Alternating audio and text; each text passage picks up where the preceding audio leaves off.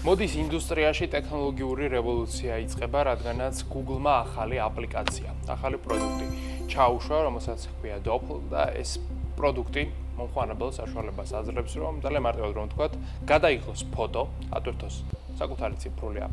ავატარი და შემდეგ უკვე მოირგოს ყველანაირი ტანსაცმელი, რომელსაც ის ნახავს ინტერნეტში. ეს ტანსაცმელი შეიძლება იყოს ხელმისაწვდომი ვებგვერდებზე, როგორც იყიდება, აგრეთვე ის შეიძლება იყოს ხელმისაწვდომი ფოტოს სახით, მაგალითად Instagram-ზე, Pinterest-ზე, Facebook-ზე, ნებისმიერ პლატფორმაზე, სადაც ფოტოებს ვაზიარებთ. პრინციპი არის ძალიან მარტივი, ადამიანი დგება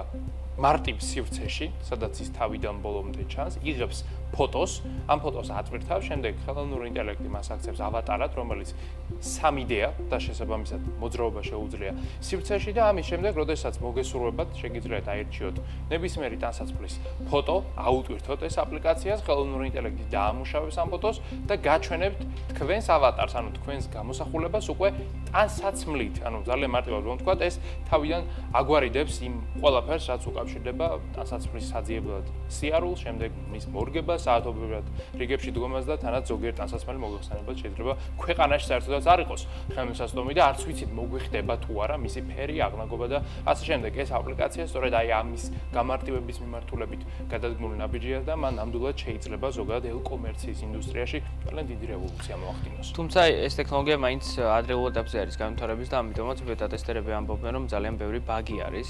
აპლიკაციაში აშენებული, ანუ ის ჯერ გაუმართავად მუშაობს, მათ შორის ერთ-ერთი დამახასიათებელი პრობლემა არის ის, თუ კი ადამიანის ფოტო, თავად ადამიანის ავატარი გადაღებულია სრულად, ანუ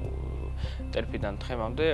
ფეხებამდე, მაშინ და ფოტო მეორე ტანსაცმლის კაბის პირობითად არის აღებული მხოლოდ კაბი, სადაც ფეხები არ ჩანს, ვერ ხვდება ზოგ შემთხვევაში ხელოვნური ინტელექტი რა უნდა გააკეთოს და ამიტომაც ხედავთ გარკვეულ პრობლემებს. აგრეთვე ხშირია შემთხვევები, როცა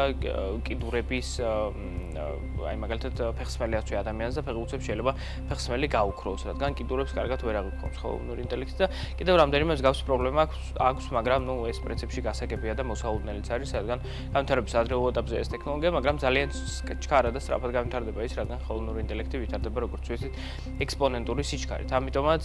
შეცდომები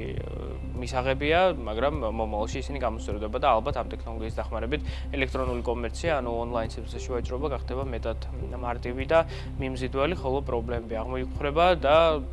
ალბათ ეს ყველაფერი დადებით გავლენას მოახდენს უკვე Amazon-ზე და სხვა მსგავს მოთამაშეებზე, რომელთაც სავარაუდოდ მოუწევთ რომ Doppel ან აიყიდონ Google-ისგან, ან რაღაც subscription-ი გაიღონ, ან ჩააშენონ, ან სულად საკუთარი მსგავსი სერვისი შექმნან, რადგან Amazon-ს პირობითად ეს საერთოდ არ გაუჭირდება.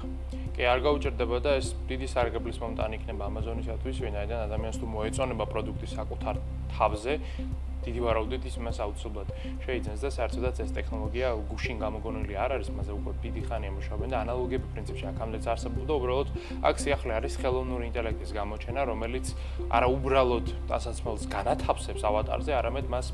მოარგებს, იგი თუ რა თქმა უნდა ეს კარგად და სწორად გამოვიდა, მაგრამ Google-თან მიმართებით შეგვიძლია დარწმუნებული ვიყოთ, რომ